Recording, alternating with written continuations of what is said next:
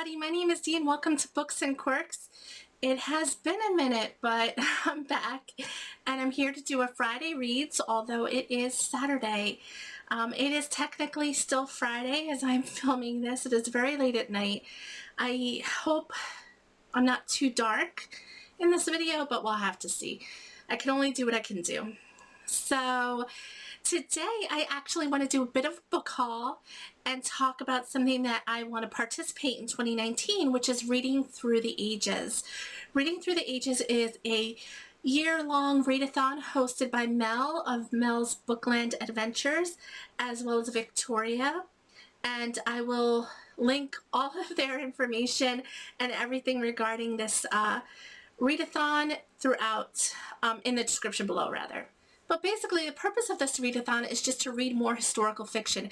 And not just to read more historical fiction, but also to diversify that historical fiction in terms of reading from different time periods and also from different countries. So they made a bingo card and everything, and I love bingo cards.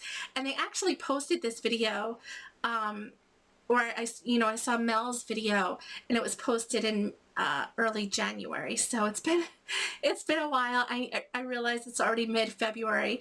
I've already started reading some historical fiction, and I'll talk about that in another video. But for today, I just want to do a book haul. These are not all of the books for the readathon, but I do have a few to show you, and I still have more coming in the mail, but I didn't want to kind of hold off this video any longer since it is already mid-February, and I don't know when the rest of the books will come in. So what I'm going to do, I think, is post a picture of the bingo card just so you can get an idea, and I'll read you some of the categories. And one of the categories is read a book around the Napoleonic Wars, so Napoleon and the whole French Revolution. So I picked for that Alison Pataki and Owen Pataki's Where the Light Falls. I've never read anything by this author, but apparently she's a very well-written author, writes a lot of historical fiction, and this is a novel of the French Revolution. Yeah, it starts off 3 years after the storming of the Bastille. So I'm not that well versed in French Revolution. You know, in here in the U.S., at least when I went to school, it's just kind of glossed over. I mean, you spend maybe a couple of classes going over the French Revolution, or a couple of days rather, going over the French Revolution, and then you move on to other things. So maybe it was different when you went to school, but that's what I remember. So I know a little bit about Napoleon, but not a whole lot, and about the French Revolution, but again, not a whole lot. So I cannot wait to get into this, and I really think I'll like it. I already read like a little snippet of it just to see what the writing was like, and it seems like it will be something that I will really enjoy. The next book I bought for the category of read a book that takes place during or around the Industrial Revolution, and that really, I think, can mean anywhere, whether it's the U.S. Industrial Revolution or, you know, the Industrial Revolution in the UK. So for that, I picked Elizabeth Gilbert's The Signature of All Things, and I recently finished this book. I absolutely loved it. This is the author that wrote Eat, Pray, Love, as well as I think she wrote The Magic of Tidying Up or something like that as well. I've never read any of those books, but I've read this one and I loved it. So this takes place throughout the entirety, basically, of the 1800s, or a good part of it. And it follows the Whittaker family, and specifically Alma Whittaker. And it follows her life as she is a botanist. So it's a pretty distinct unusual profession for a woman in those days, at least. But she works with her father. She was born in 1800, the daughter of a charismatic botanical explorer, and she quickly, kind of comes into her own. So this is her kind of navigating the world with all of its advancements and science, and she is kind of a force to be reckoned with when it comes to education, when it comes to her knowledge. And she, kind of forges a way for her on her own as an independent single woman, and keeping that way throughout her life. So I don't want to spoil anything, but it just says, love, adventure, and discovery are at the heart of the signature of all things, which sails across the globe from America to Tahiti to tell the story of a brilliant woman named Alma Whitaker. So I chose this book and I loved it. So one of the other categories on the bingo card is read a book with an alternate history. So I found this book and I've seen it on BookTube, and it's The Plot Against America by Philip Roth. And this envisions a world where I believe the Axis powers won World War II. Our most ambitious novelist imagines an alternate version of American history. In 1940, Charles Lindbergh, heroic aviator and rabid isolationist, is elected president. Shortly thereafter, he negotiates an understanding with Adolf Hitler, while the new government embarks on a program of folksy anti-Semitism. So it's just an alternate version of history. And I thought this was kind of intriguing. So I'm going to give it a go. So the next, another category rather, is to read a historical fiction that takes place either in Scotland, Wales, or Ireland. And I chose The Winter Sea by Susanna Kearsley. Susanna Kearsley is a very well-regarded author, but again, it's not an author that I've ever read before. So hopefully I like it. And this takes place in 1708 in Scotland. And it revolves around James Stewart as he is going to, or hoping to, reclaim the crown. And yeah, I don't know a whole lot about this yet, but I hope to like it. Susanna Kearsley, I've heard amazing things, and based on what I read online, I think I'm really going to like her. So the next category that I chose a book for was read a historical fiction about Japan pre-1900. So I think this book is the book that I chose for that one. I'm trying to remember now. It's 1,000 Autumns of Jacob D. Zoet by David Mitchell. So this says, the year is 1799, the place Najima in Nagasaki Harbor, the Japanese Empire's single port and sole window into the world, designed to keep the West at bay. To this place of devious merchants, deceitful interpreters, and costly courtesans comes Jacob D. Zoet, a devout young clerk who has 5 years in the East to earn a fortune of sufficient size to win the hand of his wealthy fiancée back in Holland. So I don't know anything about this book, but again, it has really high reviews, so I hope to enjoy this. So the next book I have is East of the Sun by Julia Gregson. This is for the category of read a historical fiction book of that takes place in Africa during the English settlement, the English rule of Africa. So it says it's Bombay in the autumn of 1928. It says, from the parties of the wealthy Bombay socialites to the poverty of Tamarind Street, from the sooty streets of London to the genteel conversations of the Bombay Yacht Club, East of the Sun is graced with lavish detail and a penetrating sensitivity, historical fiction at its greatest. So again, I chose books that, where I read a snippet and I think, and the writing kind of agreed with me.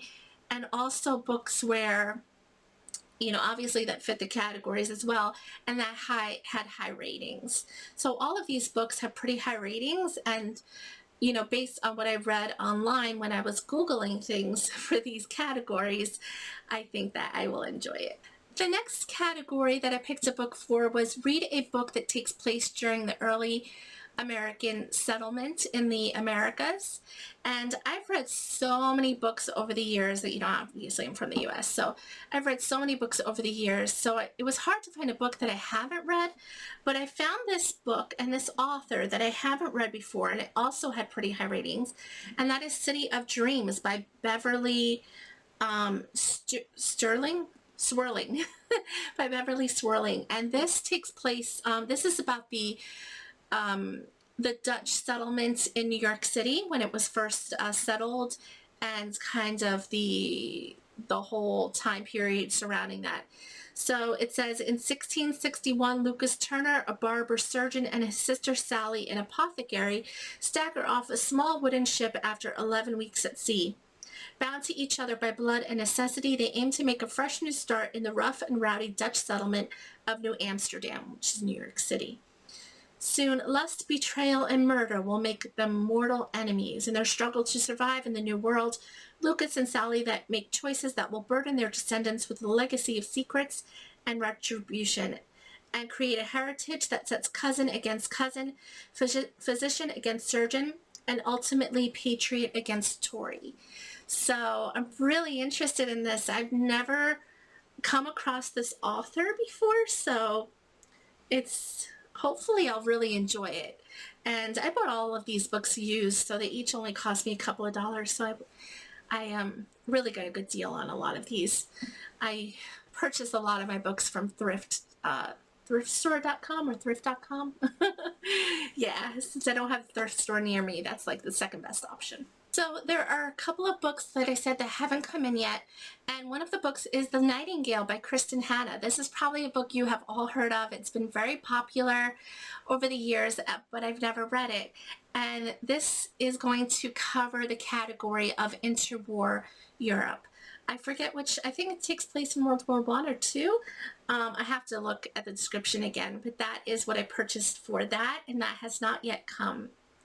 For the book around the category of ancient Egypt, I have The Egyptian by Mika Waltari. This takes place obviously during the time of the pharaohs, and it goes kind of over the history of that.